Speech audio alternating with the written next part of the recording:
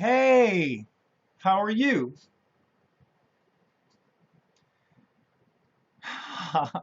So I crashed. My computer crashed on me. I had notes.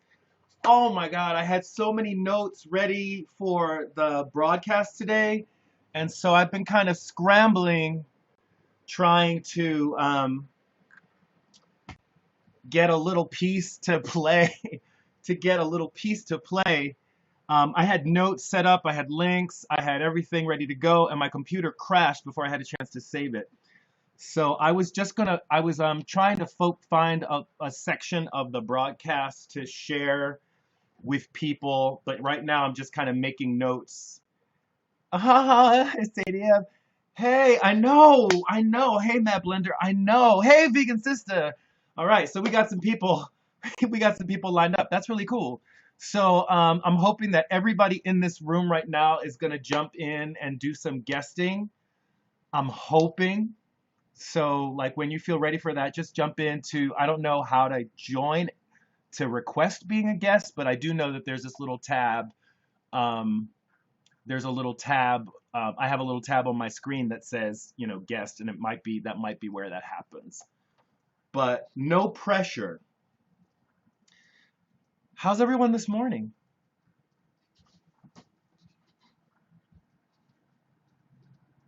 Hey, hey, Brian. Y'all, the Onion Knight is here joining us.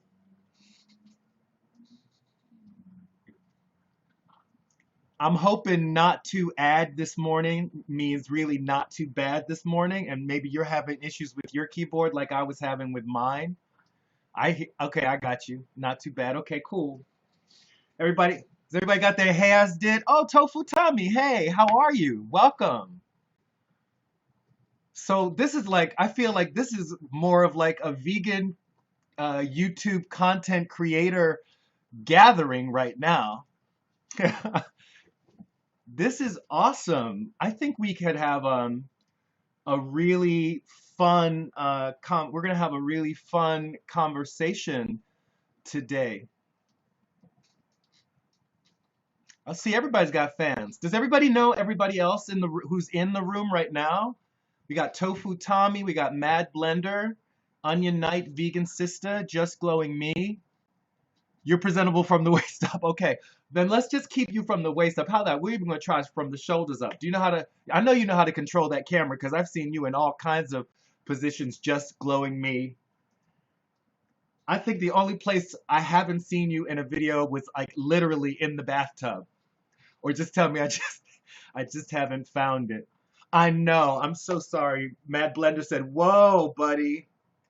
I know we're gonna try to keep the show family friendly. I was actually thinking about you this morning, Mad Blender, and I was like, wow, I'm really glad that I keep the content fairly, I want to say PG. Um, I want to say I'm glad I keep the content fairly PG because I know some people just kind of have it playing in their homes, right? They're just like playing it while they do other things.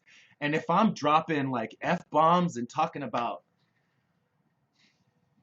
craziness, um, I shouldn't say craziness. I'm sorry. That's so ableist of me. But do you guys hear that? Oh, yeah. Yeah. Yeah. So I know Matt Blender said, yes, if I'm playing, yes, haha, because there's humor in this. Yes, haha. If I'm playing, Joe Vegan or something, I have to turn it off because my daughter will be like, "Mommy, bad words." Yes. Yes. And I'm guessing, like, if we're going to teach them bad words, let's teach them words like, F the police or something like that. Oh no, that just got recorded. That's going to be viral tomorrow, right? Um, okay. All right. So Brian, you're saying you don't hear, Brian is saying you don't hear much noise. It's raining again. And if you watched my most recent mukbang or if you've been watching video, yeah, just glowing me caught that. Yes. And I'm guessing somebody who's in, not to put you on blast, but somebody who's in desert area, rain probably sounds not so bad. I know, we just got, it's dry. Like yesterday I went down there and the basement was dry. So I was really excited about that. So my sense is I'm going to go down there and I just hope it doesn't do, I hope it's not too bad. We had like 3 or 4 days of rain though that caused that flooding in the basement. So yeah, we had like 3 or 4 days of flooding before it got that bad. And then this is how bad I am. I'm a homeowner who doesn't check their basement when it rains for flooding because this was all new to me.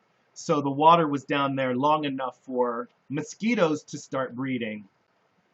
And if anyone watched I did like a little mini mukbang yesterday, which was only 25 minutes. So that was a short mukbang for me. Yeah, so, and thank you for Mad Blender. I saw your bug video. Yes, thank you, and thank you for your words of encouragement. I do have to say this. It's a little Twilight Zone in the house right now because I woke up this morning and there are no bugs in my house. Now, other than the mosquitoes, there have been spiders, there have been, isopods, there have been the occasional, like, bugs. And I don't mind bugs. I don't mind sharing the space. They were here before me. I don't mind sharing the space with insects, that are just generally non-destructive, right? They're not going to eat up the house. If it was termites, that would be another story. But for the bugs that I've been seeing, oh, I shaved, y'all. That's my ADD kicking in, sorry. What was I saying? I was talking about bugs. I was talking about other than non-destructive, like non-destructive bugs. The bugs have been non-destructive up to now, so I haven't been worried about it. But then with the mosquitoes, I did use the fogger. I used it in isolated areas. I used it in the basement, and I used it in the kitchen, and it killed every bug in the house. Like in the attic, I was like, I can deal with the mosquitoes in the attic. That's okay. They hang out in the soil. It's fine. I'm not trying to kill every mosquito in the world. Okay, so now we need details. All right. What fogger did I use? I'll have to go and get it. Can you guys entertain yourself? You know what I'm gonna do?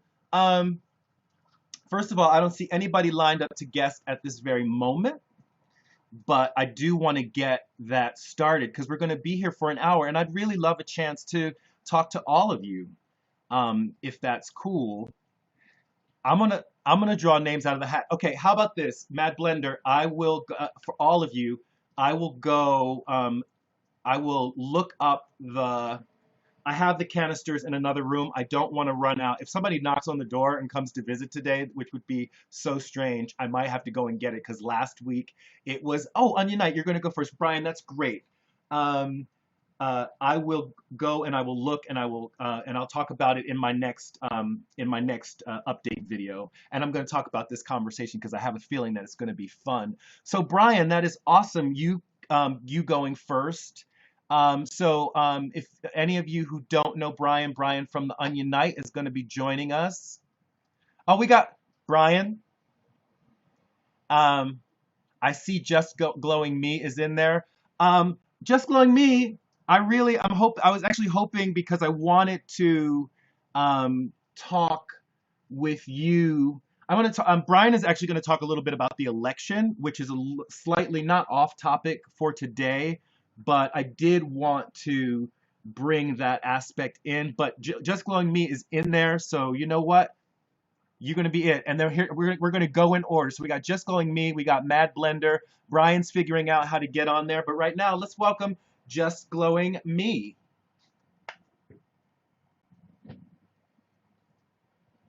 It says it's connected. Oh, by the way, you guys, we're doing a repeat. We're having another. Harvested chicory green smoothie with banana and fresh squeezed orange juice.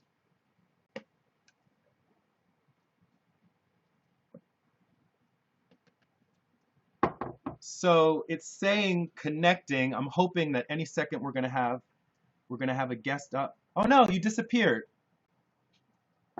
You disappeared. I'm gonna try you again.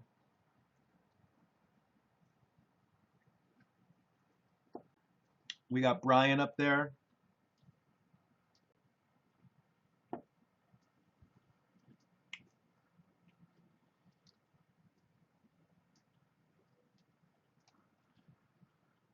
I wonder if it's me. I hope it's not like the feature for guesting. No, we've had guests up here, so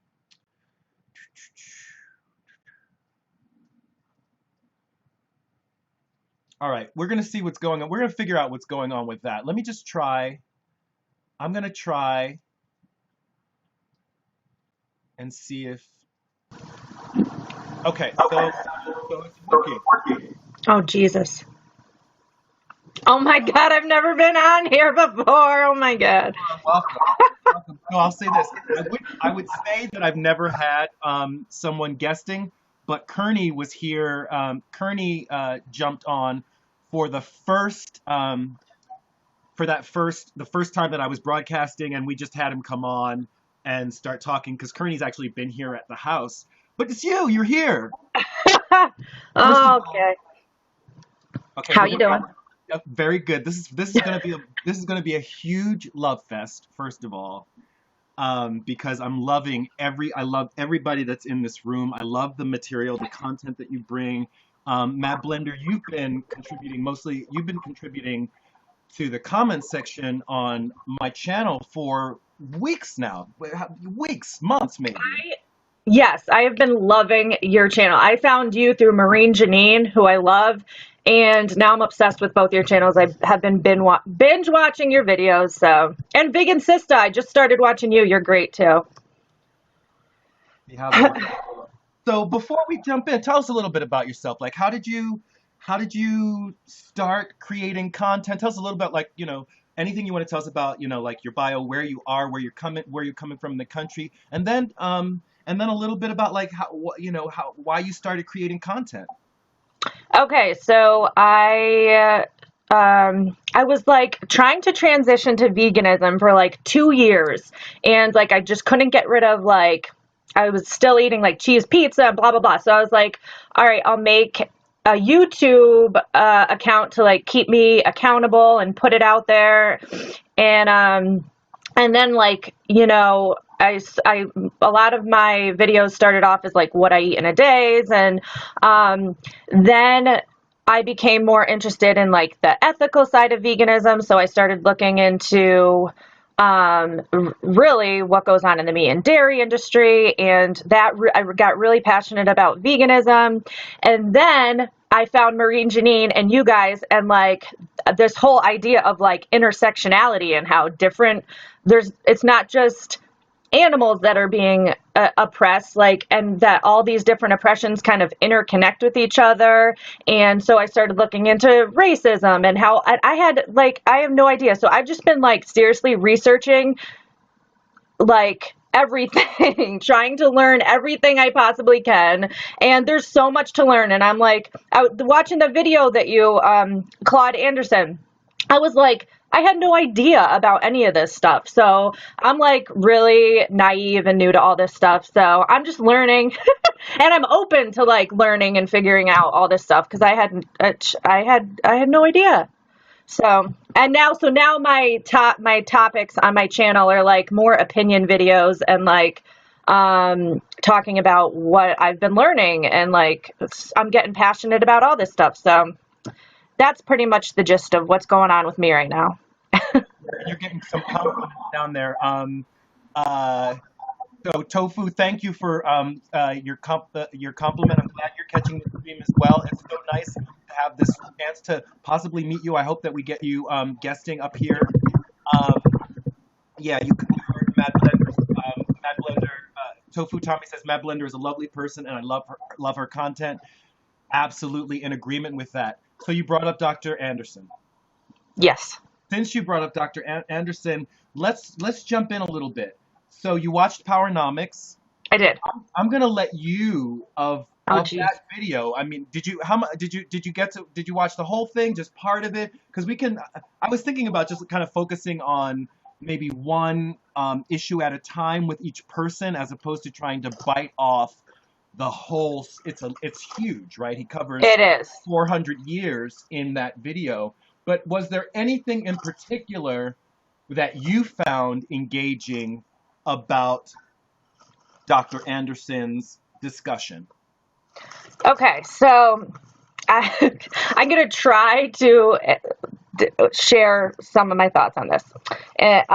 Okay, so, and I actually wanted to get your thoughts on a couple things too. Okay, so something he was talking about that I found so interesting is how, you know, this idea that like, okay, so white people have their communities, and then you find like you have immigrants coming, and they all have like their little communities. Like Chinatown has their own communities, and there's like little Italies, and there's little, but there's no like black. I think he was kind of saying how black people don't really come together to form their own communities, and more would rather be integrated with the white people as opposed to banding together and forming their own communities. Did I get that correct?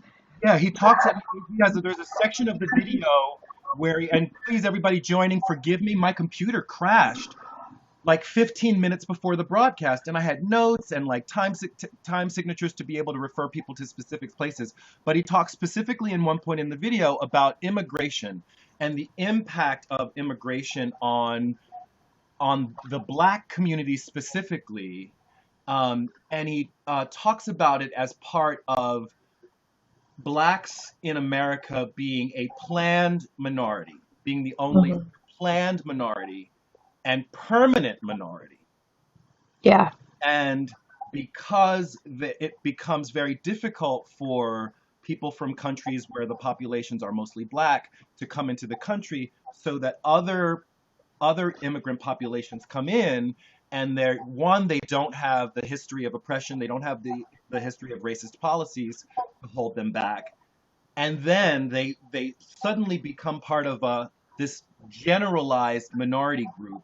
So all of the benefits that might come to an African for being a minority are also bestowed upon other races, who then have the community, the sense of community, to create safe spaces to thrive and grow with businesses of their own schools, having their languages. And he actually uses the idea of culture becoming a fence around these communities wherein they can really thrive. So you have a Chinatown, he says, in every major city in the United States. Yeah, I thought that was pretty powerful. In some ways, I feel like everyone's feedback is going to serve as kind of like a commercial for Dr. Anderson's video, and maybe serve as some inspiration for people to go and watch the video if you haven't. I included a link for the video. If you see, it's red flowers. It's but the name of the video is Dr. Claude Anderson Powernomics. The entire video is about 2 hours, but I would say if you don't watch anything, watch from about a half an hour in until about an hour and 15 minutes, because in that part of the video, he discusses the specific moves that were made in the United States to establish Africans as a permanent underclass. So I have a question for you. Come on.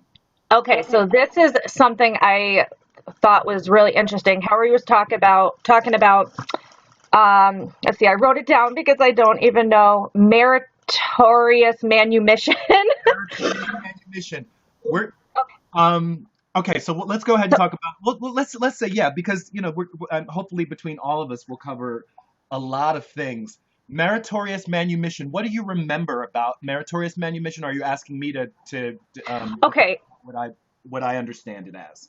Okay, so these were my thoughts that, okay, so in order to make sure that blacks never organized against whites, they made it so the white people kind of built in this internal attitude in blacks to kind of like if blacks were doing something wrong, to squeal on them, and if you save a white's life, then you'll therefore be able to be not enslaved anymore, and then you can take on black slaves yourself. And something I was thinking about is like this internalized white way of thinking. Isn't that they kind of trying to almost get them to think like the whites think? And do you think that that's carried on through today, where maybe that's some of the reasons he was talking about as to why black people would rather like assimilate into the white population? Like, do they still have that white way of thinking? Like, that's just something I was thinking about, and I wanted to hear your thoughts on it. Well, we're talking about meritorious manumission, and I've included a link to a Wikipedia article on manumission. And meritorious manumission was a policy that was put in place, and it was, I believe, adopted in Virginia in 1710, whereby any slave who saves a white person's life, protects a white person's property, invents something that can be used by a white person to make their lives, to benefit them, or squeals on black people who are organizing a revolt, would be given their freedom and be given as close to the status of being white as possible for an African.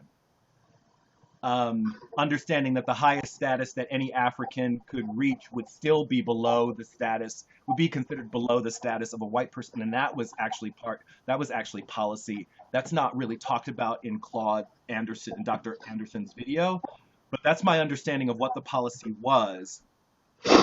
And when it was being instituted, they called on, I believe it was Willie Lynch, who had slaves in the West Indies and had succeeded in breaking the will of his slaves. And so he brought there's a letter from Willie Lynch, and he outlines a process for how to destroy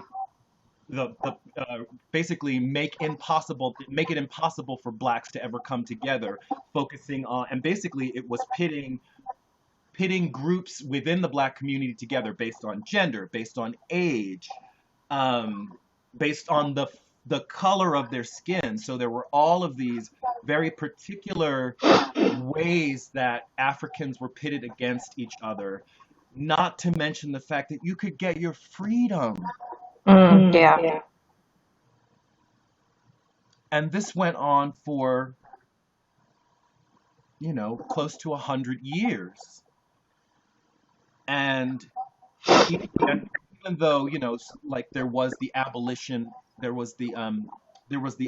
of slavery, but Dr. Claude talks about it as it was not economic emancipation. People were set free, but they weren't given any resources.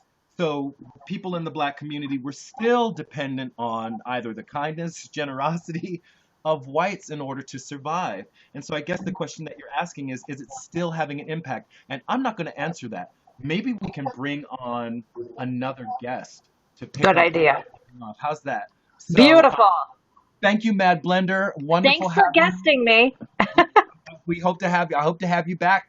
You can come back every week. Awesome. I would love to. Thanks. Okay. So I'm going to try. Let's see what's going on. Okay. So it says this time it says inviting guest. We see what's going to happen. This is going to work out. I'm trying to invite Just Glowing Me right now. My hope is that it pops on. It's still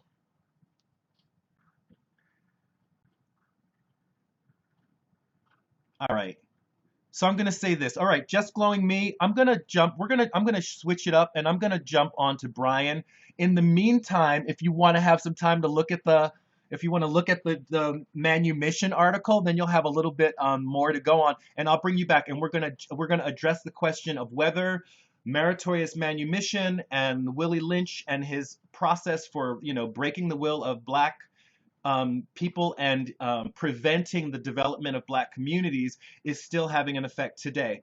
But in the meantime, I'm going to bring on Brian from the Onion Night and see if that works. I feel really bad because Just Glowing Me was on top of it, was like, okay, let's do a practice session and we're going to make this work. And I was like, oh, it's going to be great.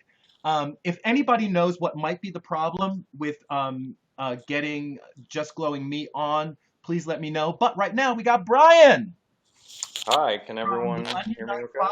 Welcome to the channel. How are you? I am fantastic. Actually, I could be better. This election could be going better. Oh man. So Brian, you're probably the only person that I asked to be part of the broadcast today, not specifically to talk about the Dr. Claude Anderson video, but to more just kind of get us up to date on the election. And I wouldn't mind if you'd come back every week and just let us know what is going on because it's hard to follow. Right. It's hard to follow. So first, for any of you who don't know, and I think everyone does, anyone who doesn't know, Brian is the anchor, and you're the producer as well of the Onion Night 5, which is an amazing YouTube channel that covers politics in a way that I have not seen covered by any specifically vegan channel. And I have to say, for me, it's like our own news channel. And I know that there's the vegan plant-based news, but that's not, to me, doesn't quite serve the same function in terms of how what's happening in with animal rights connects to politics in general. Let's So not hate on plant-based news though, I'm because not I'm hating on actually plant-based news. I on adore plant-based plant-based news news, too. especially since you were on plant-based news. So trust me, I'm down with plant-based Yeah. news. But just having something that really allows me to link my thinking about veganism and my Right. particular intersectional approach. Your channel has done a great job of bringing a lot of things together that I've been trying to think about and really helps to make sense of those things. But as I said before, I'm going to let you talk a little bit about yourself for the people. Brian, So first, thank you for having me here. This is a great platform. I've never really done much exploring of YouNow. I'll have to do some more digging on it. But yeah, so what I would like to see happen on YouTube is that YouTube be utilized a little bit more effectively as a platform for bringing about change. And I think uh, if you look at the way you know social media has been used in other countries to have an impact on change, I think there's a clear opportunity, I would say, for vegan YouTubers to improve quite a bit. So if that means that I function on YouTube as a like what you're saying, as a way to make sense of politics in a way that people can use in their everyday life, then so be it. But ideally what I'd like to see is that other YouTube channels join me in making sure that everyone that's on their channel is aware of what's going on around them outside of the typical what I ate in a day and a lot of the content that YouTube is oversaturated with, which I'm not saying that content is devoid of any value. Obviously, it is not. But I've just been a little disappointed to see that we're ignoring a lot of big things that are happening in the world right now uh, in in exchange for doing that kind of stuff. So I recently did a video doing a call to action, and thank you, Reg, for re-uploading it. I really appreciate it. And I actually wanted you to. called me out by name now. Oh yeah, you know why too? You put us all on Yeah, blast. I did put you on blast. I did put you on blast. And you know why? Is because in September you did a video every day for a month. Every single day for a month, you and Maureen, both of you, and not a single one was about the election. And I waited until October to make that video. I was like, let me see if they actually do one. Between the 60 videos, not a one. Not a one. And that and I hope that people understand that Reg, who I know and love, okay, I'm harder on him and Marine about this stuff because they are my friends. So if other YouTubers thought that I was being hard on them, which I'm sure many of them did, then I got kid gloves for you guys. No, it's you have a fantastic channel here, Reg. I've learned a lot on your channel, and Marines, and you've got content that is more valuable. So, but yeah, it was fun to just throw your name in there. Wow. I will say this. First of all, I was flattered to be included because, with my small channel, I mean, we happen to know each other. We've met, we've collaborated. Yes. But I have to say it was a wake up call for me. And some of you may be realizing that the call to action video that was then rebroadcast on a number of channels. I know Vegan Revolution reposted it. Definitely Marine Janine reposted it. And do you know who else reposted it? Who has reposted it? I feel like some Marine, people, and Vegan Revolution. Did some people in this room repost it? Actually, there was another YouTuber. See, and that what I really was happy about. Thank you, Mad Blender. I saw that. Thank you. What I was really happy to see is that other vegan YouTubers that I had never heard of before. I was really happy to see the level of engagement on this. Even if not from the the biggest YouTubers, the Freely, the Banana Girls, and et cetera, but it's clear that there is an opportunity. People want to talk about this stuff in a way that affects their everyday decisions.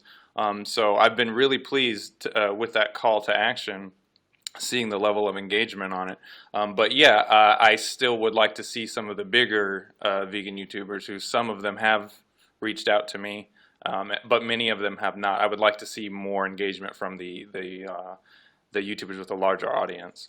But I did want to respond to an idea that was put forth in your comment section, Reg, when you reposted that video, and it was I believe the commenter's name was Jesse, and I don't remember his last name. Maybe you know who I'm talking about. Jesse Furwith. Jesse Furwith. Okay. Furwith. Yes. Okay. Does he see this? Is this reposted to YouTube? Is this? Oh yes, this will be reposted to YouTube. This will okay. So this will be today's. I wanna speak directly to you, Jesse. So the idea I get from what you're saying, and I respect your opinion, is that, well, and I actually have seen you repost this on several different channels. I saw it on Marines or Vegan Revolution's channel too. Is that the idea of don't vote, organize. And I find that incredibly problematic, okay? And I'll tell you why. So these two things, voting and organizing, don't have to be mutually exclusive. You don't have to do one or the other. You do both. So the idea that voting is worthless, that's a politically apathetic idea. And I understand it. Many people are disenfranchised. Many people of color specifically are institutionally disenfranchised. But what you have to understand is that when people ask you to vote, I'm not asking you to go out and campaign for somebody over the next year or 4 years. This is one day out of 4 years that you actually, all you really have to do is just, okay, look out at the candidates that you have and see, okay, well, which one's the best? Let me pick that one. Boom. And then you go right along doing your grassroots movement. So I think we need both of them. So what you should be saying is, hey, organize and vote, not vote, organize. That's incredibly problematic, because if you care about grassroots movements, I mean, the right to vote was only given to black Americans in 1964. And guess what they had to do to get that vote? They had to start a grassroots movement to get that vote for you so that you could actually vote. So what I tend to hear when I see you saying don't vote is that it seems like you're just turning your back on the most successful grassroots movement in American history, which I honestly have to say to you, what is wrong with you? Of course you should vote. Fight them. Don't just give up. Fight them in every way that you can. You know what I mean? And that includes the one time every 4 years that you get to vote. The Koch brothers aren't spending $889 million to influence the way that you vote in this election because your vote doesn't matter. It matters a great deal. It matters almost $1 billion to the Koch brothers which way you vote.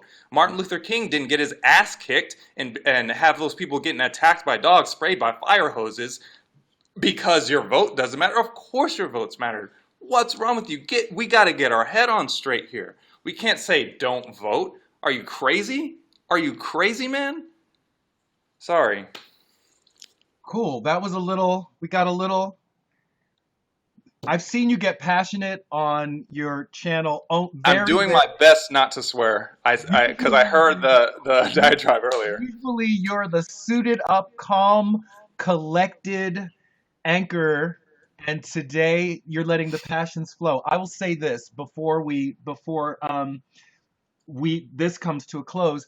I hope that you're back, and I hope we get Jesse to respond to your comments, because I think there's a lot of, I mean, certainly when you talk about, you know, one of the largest grassroots movements in America has been the civil rights movement, yes? And if one of what might be considered the major outcomes of that movement, people were to just disregard because they didn't feel like it mattered, does in some ways fly in the face of the work of a lot of people that we love and respect. So that said, but just before you go, one last question for you, Brian. Yes. So, you know, people are, because of the potential for having a Donald Trump as president, and, you know, several YouTubers have made videos saying, you know, unfortunately in this election it's about defeating Donald Trump, and the candidate to beat Donald Trump is Hillary Clinton. But there is, you know, it's sad because if we're talking about voting our values, especially as vegans, we would be trying to vote for someone like a Clifton Roberts, right? Or someone who has at least the fate of the planet at stake. Do you think from just based on your analysis, do you see a time in the near future when we will have a viable third party where being the third party candidate isn't going to just be the wasted vote? 2020. In the 2020 election, we will have a viable third party. We had a viable third party in the 2016 election. His name was Bernie Sanders. Now, he was an independent running as a Democrat. So make no mistake, Bernie Sanders is not a Democrat. He is a democratic socialist, which neoliberals want no part of. No part of that. And that's why you saw that media blackout of Bernie Sanders, because he is not a part of the establishment. And that guy nearly became president. Okay? So people that are fed up with capitalism, and that's another theme that I've seen reoccurring in the comments section on a lot of these videos, is that, oh, well, screw capitalism, so don't vote. No, the idea of socialism is not foreign to American politics, and it's not foreign to the American people. The American people have been voting for socialism for quite a long time now. FDR, socialism. Barack Obama, 2008. What would everyone call him? He's a socialist. He's a socialist. Elected him president twice. Bernie Sanders, democratic socialism. If he wasn't running against Hillary Clinton, again, that guy would be president right now. Game over. That the election would be over. So Americans want to move away from capitalism. And that is going to come from a third party. It's not going to come from the establishment. You're crazy if you think it's going to come from the establishment. So we're talking about a political revolution here. This is not politics as usual. So when people are responding to what I'm saying and saying, oh, well, you're just talking about the next Obama. No, that's not it. That's not it. Okay, we're talking about a constitutional amendment that will remove money's influence from politics. That is a revolutionary idea, and people need to wake up and get on top of it. Cool. All right. Thank you, Brian. So that's it for you for now. But like I said, I hope that we have you back regularly as we head into the election to keep us, just to keep us posted on what you think is happening. Okay. Thank you. Thank you for having me. I wanna put some focus on the comments section has just been on fire. So you got some new fans, Brian, Faith K, welcome. Redneck to Vegan, you're here. Welcome, Ren Skywalker, Elkie Aproot, welcome. Just glowing me, you were gone and then you're back again. I'm trying to think if there's anybody. Jordan D Instrumentals, welcome. I'm glad you joined us for the broadcast. Mac Vegan, welcome and thank you for joining us for the broadcast. Nicholas Carmanos, thanks for joining us for the broadcast. Some things were being thrown out. Someone talked about the 15th Amendment. We had Redneck to Vegan pointing out that the Republican Party was the third party in 1860, and now look at where they are. Let me see, who else? Redneck to Vegan agreeing with Brian that Bernie would have had this wrapped up. Just Glowing Me pointing out Social Security as socialism. Got a lot of yes. So we got clear on who Jesse was. So again, Jesse Furwith for some of you is an activist who happens to be one of the viewers on my channel and the channels of some other folks. And if you catch him in the comments, there's usually has something pretty amazing to say. But that's with the folks who tend to watch this channel are folks who like to be engaged, like to dig in and get messy in it. Speaking of get messy, let's see what we got here. We've got Just Glowing Me. I'm trying again. Come on, please now. We've been trying to get Just Glowing Me up here for a little bit now. Oh, how are you doing? I got my notes. You got some notes. I'm trying not to show you my stuff, but whatever. Good morning, so everybody. Good morning. I just wanted when we were having the discussion about all of the places that I've seen you, Mad Blender responded, and I just wanted to be clear that what I meant was you post from your car, you post from your yard, you post in bed. So you mix it up. You really mix it up. Yeah. So I didn't know until you told me that I never paid attention to how much I was in my car because I only do well posting videos when I'm by myself. And my son is always here, so usually it's in the car when ideas hit me. I seem to need to be on the move. So for those of you who don't know Just Glowing Me is I don't know exactly how to say. You're a vlogger who your channel is more like a running diary, a running commentary. Yeah. And it's almost poetry. Oh, thank you. Yes, I have. When I first started the channel, I was a durian rider, freely, convert into veganism, and they had said, make a channel. It could be about anything you want. And I was really trying to go down that route of talking about veganism. And the more I became, dove into the culture, the community, it I had less and less to say because everybody seemed so polished in their production and they had all these scientific facts and numbers, and I'm just lazy. You know what I'm saying? I just don't care. I'm more of an intuitive kind of person. I like to just kind of speak from where I'm at, and I was bored with the whole food thing, and you could have 5 million people doing that, and I think it has its place, and it's really great. So I'm not down on anybody for that, but it just wasn't my style. And so I've been sort of floundering, and then I stumbled onto the black community issues, which I've been hiding from for a long time. And then, you know, I've been trying to suppress my rage on that stuff. So don't get me too started. Well, unfortunately, that's why we're here today, Yeah.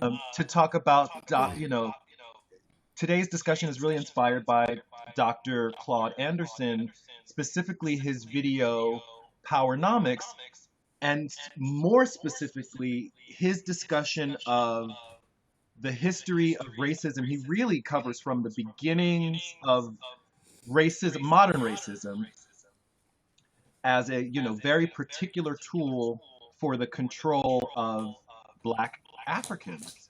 Yeah. To now, when you have, he says, 36 million obsolete Africans in America. I'm telling you, when I had never even heard of this guy until last night, and you sent me the link and told me to watch him.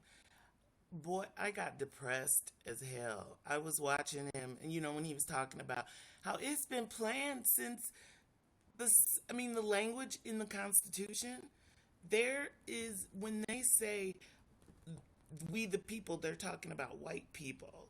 When he spoke about the language and how it's specifically, purposely written in that black people will never have a foot in this country. Oh Lord. And the language, I would have to go back and look into it, but how he specifically, hold on, my cat is, for real? We just had a little bit of a whiteout. Sorry. Sorry. See, Um, you can't see, black can't succeed. it's snowing We even everywhere. have white cats, and even the white cats are part of No. the conspiracy. You No, plotting no. on me, girl. You plotting on So, me. but I wanted to, and forgive the echo, you guys. If you know of a way that I can avoid that, should I be wearing headphones or something? Am But I echoing? we were talking about meritorious manumission. Do you Okay. remember the discussion of meritorious manumission? This idea that for Mm-hmm. a century, Black people were rewarded for selling other Black people down the river and for demonstrating their loyalty to their slave masters and the white population in general. Yeah. And the question that Mad Blender asked was, do we still see the impacts of meritorious manumission, in your opinion? And if so, how? How do you see that playing I out? mean, the typical stuff is like the internalized racism, right? Like the whole. I remember one time I got on Facebook and I had never been well, I have been so offended, but I was really surprised. It was this girl I went to high school with, and we hooked up on Facebook again, and she sends me this invite to a group called like Why Light Skins Are Better or something like that, and I was like rejected. I just felt really insulted because I went and I checked it out too, and I'm like, the whole group was set up around how much light skin are prettier and how much it is not sexy to be dark skinned and all this stuff. And I mean, even you remember that movie by what's his name? Oh my gosh, I can't believe I'm blanking Not on Spike his Lee. name. Yes, School college days. days, school days, and they're all there. I mean, you have how dang, I just lost it. The whole hair thing, and then you got the whole I'm really trying, y'all. I'm sorry. Talking about Um, good and bad hair, whether you're a yes, dark or fair. Talk yes, about good and bad hair, good and bad hair, good and bad hair. Uh-huh. uh huh. And it. Those are the typical things like the light skin and the um bad hair, the light skin. I can't think. I'm right now. I'm having a little bit of brain freeze on that subject, but it does. It continues to go on. I mean, if you go on YouTube and you can listen to people, especially with the natural hair movement. Oh, that's just ooh, ugly. Black people talking about each other for having natural hair the way it grows out of our heads, putting them down. You not only have to fight the establishment for being able to get a nice job or being taken seriously or not seen as some kind of political threat or something. Like just wearing our hair in its natural state is considered a political statement, like we're anti-establishment or something. And I Hmm. think in a way you have to be that way. But anyway, we're talking Hmm. It's but it's it's interesting. still Somebody's we're a vegan. I think it was Vegan Sista pointed out that black informants for the police to arrest other blacks for minor drug offenses. oh, thank you. Yes, You girl, know, that is so true. um, Hmm. And yes. So I I'm think talking. our belief, I was looking at that whole thing of black people let it fall out of their mouth back on black, and nobody wants to talk about, and but they never mention the proximity of killing whites killing each other and Asians killing each other. I Mhm. mean, how we just eat it up, that we believe everything that we're told about ourselves in this society, um, that is bad or evil, and we never really even look into it. We don't look into why we believe the things that we believe that we've been told. And I gotta say, I'm not innocent of this. It has not been until recently that I feel like I've become awoke. I mean, or waking up, because I'm still finding every day parts of this this me feeling like, not buying black and thinking that, and being suspicious of black owned companies and thinking that their products aren't as good, you Mhm. know, like that saying that I just found, the white man's ice is colder, you know, Mhm. And that you're saying kind of that's thing. present. This is something you find present in yourself. Yes, Okay. yes. And Okay. that's something that I'm definitely gonna get on top of, is buying black owned products. Mhm. Getting my dishwashing, like my soaps, my toiletries, and all that stuff. I'm about to move it on out of the Walmart and all that stuff.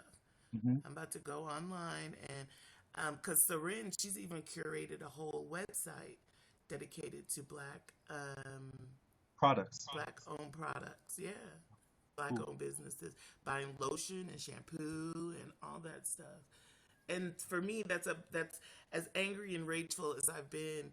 Um, that is got to be something that I do for some self care, to give myself some sort of reprieve from this build up that I've been having. So Nice. anyway, Yeah. Thank you. so that is definitely a part of it. When we think that black owned businesses aren't as good as, you know that we're And listening. there's that whole section on the video where he talks about how blacks, and this is, I'm guessing it's a demonstration of how meritorious manumission is still manifesting Mm-hmm. today. Mm-hmm. I want to just remind, we don't have any guest in line. I know Vegan Sister's been here since the beginning. I hope you'll jump on. I see we got some other content creators. We got Redneck to Vegan here. I'm hoping to hear from some other folks. But you took some notes, and I wondered if there's anything in particular that jumped out at you that you wanted to share? Um, there was when he talked about female slave. Is this still about the meritorious thing? Is No, that just the anything from the video that jumped out at you. All right. Well, in the meritorious thing, I looked at some notes I took. Was there was that's continued the humane component for slave owners to. Sorry, my cat again.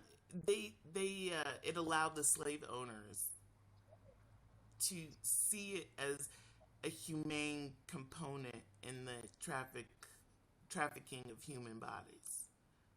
You know, it allowed them to kind of sleep at night. You know what I mean? Like, oh, you know, that I have the intentions of freeing them, whether it's in their will or you know, someday or something. But one thing that tripped me out was the invention. Like, you could be freed by inventing tools or creating medicines that the whites found useful. And I'm like, it just upsets me because I think of all the times that I've heard people say that blacks have never done anything, they have never invented anything. They have invented a hell of a lot of things. They just haven't been credited for them, you know. Right. So, Right. And then the number of slaves that were allowed to be freed were limited too. You know, even though slave masters could free their slaves, and it was based on legislation that came about under the early Roman Empire. Now that I just looked up. Yes. And it's called Fufio, Fufio,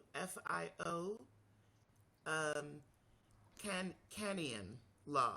And it was in 2 BC, came into legislation 2 And BC. what was the law? What was the law? Fufio, and then a Canian.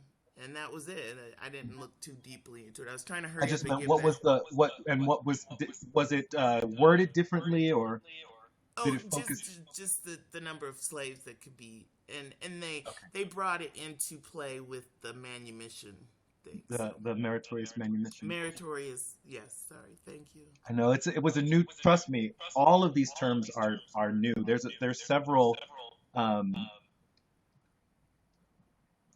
laws or uh, documents that came from states outlining the way that blacks were to be treated, the approach that was to be taken with blacks. Starting in Maryland in the 1600s, when there were laws passed about the laws of exclusion, saying that blacks should not ever be allowed to benefit from wealth, the wealth in this country, and then outlining how at the end of slavery, the wealth was not the wealth was not even contained in the land itself. The wealth was contained in the free labor that you had to work that land, and the whole goal was to have wealth that did not require the labor of the person who was benefiting from that wealth. And he spells out he traces slavery to Wall Street, where now we're benefiting from that same wealth that was generated over that 200 years plus of free labor from African Americans, and now it's locked up in Wall Street, where we call it investments. But it's still people, a genteel class that continues to be a genteel class to this day, based on the work of Africans, free Africans. So, just glowing me, it looks like we have one more guest in the lineup, Okay. and I would love a chance to have you all meet her. Wait. Come on, I just wanted before to you say go. one thing. Come on, before you go. The female slave issue. Come on. They had no interest in black women, in African women, in the beginning of the slave trade. Do you remember that part of the video?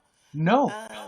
He talked about how they wanted the biggest, blackest slave males that they could find, and that was all they transported and stole from Africa. And it wasn't until they found out, I can't remember what year it was. It was 17 something. But they found out that in 1809, that was going to be the end of importing slaves from Ah, Africa. of So course, they yes. started making a run on black African females so they could breed slaves within the United States Yeah, yeah. because they considered them too weak to work, that we were useless. So we were basically brought over to be breeders, and that blew my mind because I'm like, whoo, because there's so many things. Oh, Lord. I've been Hmm. really controlled during this video because the cussing and the I start getting heated, and I'm telling you, there's just so many levels to this ish that I just can't even tell you that I've been noticing on every level of how things work in this country, and it's just got me all kinds of twisted. Hmm. And the anger that I have towards white people, I just want to apologize if any of y'all watch my videos, because I'm telling you right now, I feel justified in the anger because it's mine, and it's the first time in my life that I've really let myself be angry, because I've always been the Hmm. thing. Hmm.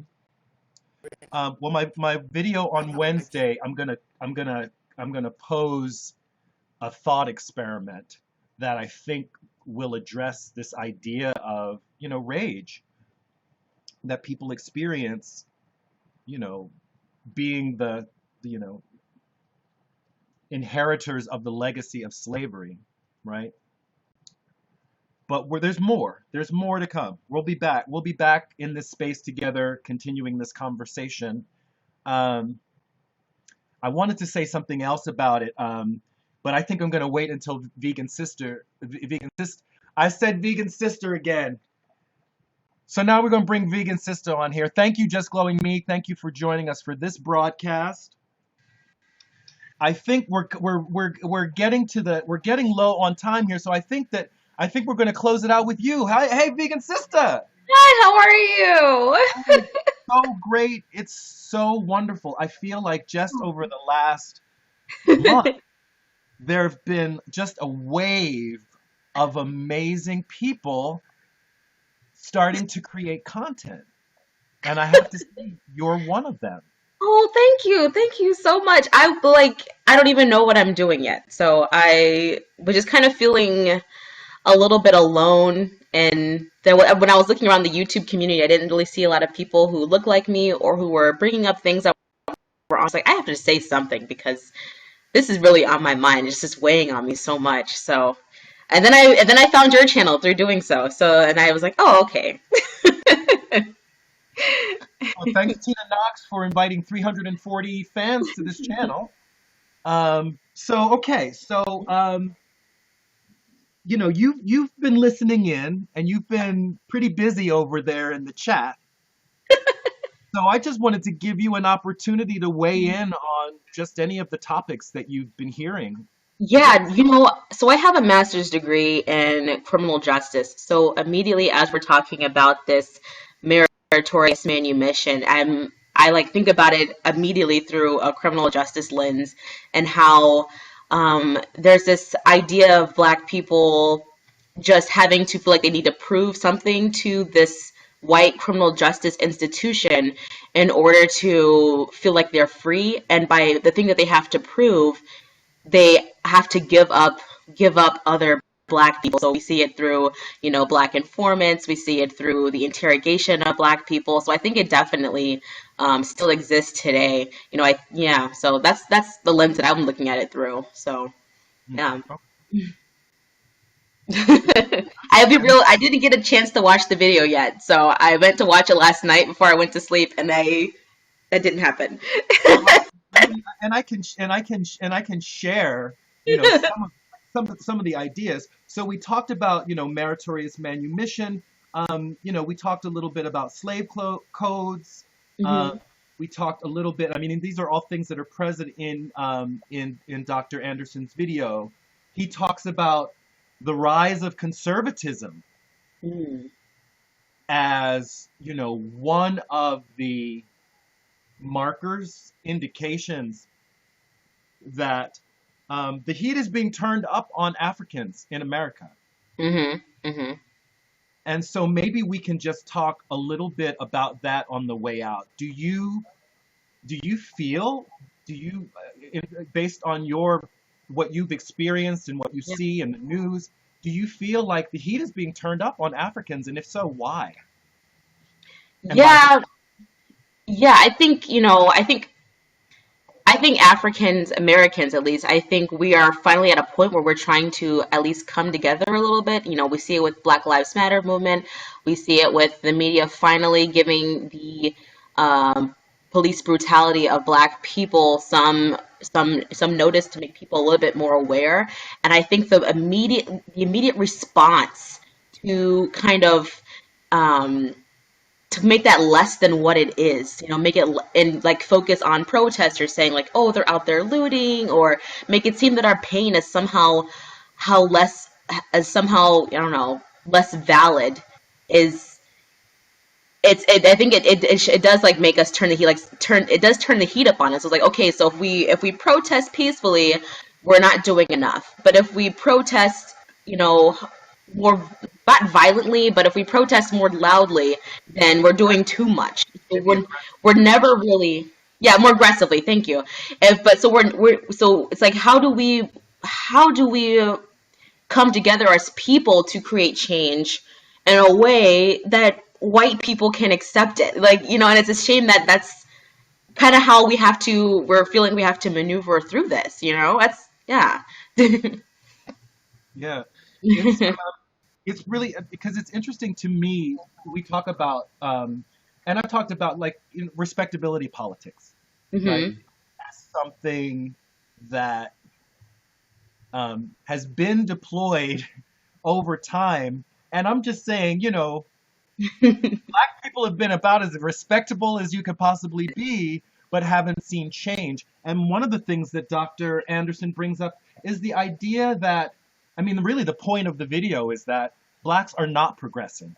Mm. Hmm. You know, a Yeah. 100 years ago or whatever, you had a fair number of Blacks in this country who were free. One thing that I was going to bring up before that I thought I'd save for when you were on is when Blacks were first brought from Africa, we were brought as indentured servants, Hmm. which meant that after a certain time you were free. So you had a fair number of free Africans. And then, based on that policy of meritorious manumission, you had 6,000, I think he talks about 6,000 Africans who were slave owners, Wow. who Wow. held a certain amount of wealth. But the wealth of all of Africans combined Hmm. was somewhere around 1% of all of the wealth in a country where it was the labor of Africans that were generating that wealth. Hmm. And 200 years later, uh, Africans, I think, maybe are at 1.5 or Wow. 2% of the wealth in a country where they make up about 16% of the population. Hmm. That's crazy. I didn't know that about Africans being slave owners. And I wonder if that still resonates today when we think about things such as, having light skin privilege, or just this concept that of being like a good Black person. And because I think we see that in our own communities, that it's a divide of some type. Like there's different types of Black people. Like they have to be classified or something in some eyes. So I wonder if that is still resonating as well. You know what I mean? Hmm. Yeah, I mean, just the idea that in some ways you had a 200-year program to ensure a certain type of behavior from Africans. And you would think that if you spend 200 years systematically, somebody said, that talked about the amount of money that the Koch brothers put into Hmm. ensuring that the right people get elected. if you Yeah. we're talking about 200 years of America's resources being spent on ensuring the subjugation of Africans for 200 years. Yeah. Uh, what do you know of as the program for undoing the the brainwashing of Yeah. Africans that took place in America? Yeah. That's tough though.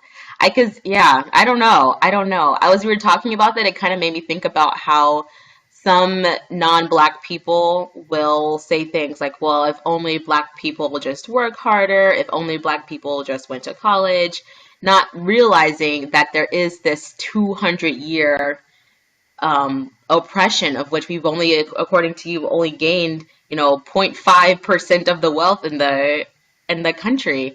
I think it's hard for people to look at the bigger picture of things because it is a brainwashing. Man, that's some deep stuff. I got to think on this one. So we're getting we got some comments coming. Uh, Someone said, Just Glowing Me says, I felt a shift since Obama came into the office. I'm just going to read off a couple of things and see if there are any of these that you'd like to respond to. Elke Uproot says, I think the Afro-American made a huge transition in the last 100 years. So I'm guessing that means that Better.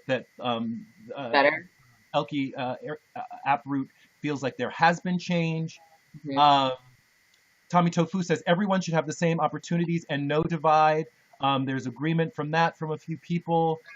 Just Glowing Me says whites have been brainwashed too. Yeah, that's what I was thinking.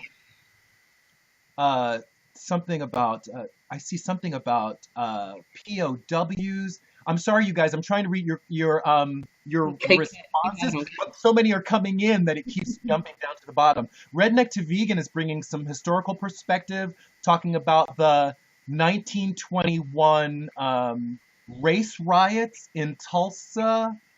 The 1921 Tulsa race riots, and I'm wondering, is Tulsa, Oklahoma? That's Black Wall Street, right? Am I correct in Black Wall Street? there was a Black Wall Street, and I believe it was located in Tulsa, Oklahoma. Oh, okay. And basically, they were set upon by the military. I'm not sure. I want to check my facts on that, but I'll check the facts and bring them back. But I feel like Burned it down. Egan says yes, Black Wall Street burned it down. Yeah, so people are aware of that. So that might actually be something for our next discussion to look at some of and maybe I'll just compile them. I'll do a better job of not giving you all an hour of videos to watch and just give you some brief, like 2-3 minute things on a couple of things to watch. And I do have some things like that. But maybe we'll look at the forgive me, this is age happening. We're going to look at the instances of Black success in America over the past, like since the end of slavery, or maybe even before the end of slavery, and talk about how those programs, projects like Black Wall Street have been undermined. Yeah, Because even Black Panthers too. the Black Panther. So we'll look at some of those next week. Definitely. And I'm hoping that if there's anyone who is here who did not get a chance to jump on the stream, that you'll get here at 11 and we can kick this thing off right. We may have to add another stream day or something like that. But I want to thank you, Vegan Sista, for joining us. Thank you for having me. The hair looked good. I messed up last week, so I had to make sure I had it together today. So, What does your t-shirt say? oh, it says some dudes marry dudes. And they do. I'm one of them. So again, thank you so much for joining us today. I think All right. there we are. You're perfect timing. So I'm gonna go ahead and drop you. Okay. Bye now. And as for the rest of you, thank you so much for joining for this. Woo! This was hot, y'all. I had a really, really, really good time. I hope you guys did too. I learned a lot. I'm really looking forward to the opportunity to speak to folks that were here today again, and an opportunity to meet more of you. Yeah, absolutely. You have a great day too, Tofu Tommy. I will check out Voting Vegan Part 1. The Onion Knight says check out Voting Vegan Part 1, and there's a link in the description. Yeah, just set me on fire this morning. Yes, I'm feeling it. Yes, yes. And we even had a white cat come through and try to mess our stuff up, but we didn't let that happen. So that said, that's it for this video. Those of you watching on YouTube, like it. If you like it, share, comment, subscribe. This is Reg signing off. Love yourself. Peace.